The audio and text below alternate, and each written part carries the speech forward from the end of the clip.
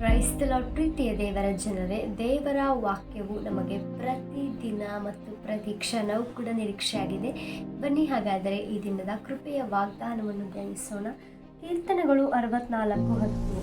ಸದ್ಭಕ್ತರು ಯೆಹೋವನಲ್ಲಿ ಆನಂದಪಟ್ಟು ಆತನನ್ನೇ ಆಶ್ರಯಿಸಿಕೊಳ್ಳುವರು.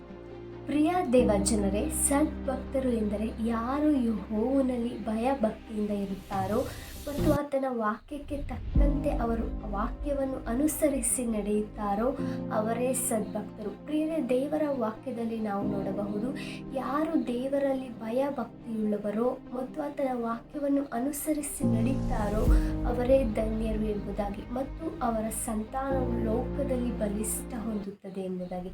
ನಾವು ಯಾವಾಗಲೂ ಆತನಲ್ಲಿ ಭಯಭಕ್ತಿಯಿಂದ ಇರುವಾಗ ಮತ್ತು ಆತನ ವಾಕ್ಯಕ್ಕೆ ತಕ್ಕಂತೆ ನಾವು ಜೀವಿಸುವಾಗ ನಮಗೆ ಮೇಲಾಗುತ್ತದೆಯೇ ಹೊರತು ಕೇಡಾಗುವುದಿಲ್ಲ. ಪ್ರಿಯರೇ, ಆತನಲ್ಲಿ ಯಾವಾಗಲೂ ನಂಬಿಕೆಯಿಂದಿರಿ ಮತ್ತು ಭಯಭಕ್ತಿಯಿಂದಿರಿ. ದೇವರು ನಮಗೆ ಯಾವಾಗಲೂ ಸಂತೋಷವನ್ನೇ ಉಂಟು ಮಾಡುತ್ತಾರೆ ಮತ್ತು ನಿಮ್ಮ ವಂಶವು ಶುಭ ಹೊಂದುತ್ತದೆ. God bless you. ಆಮೆನ್.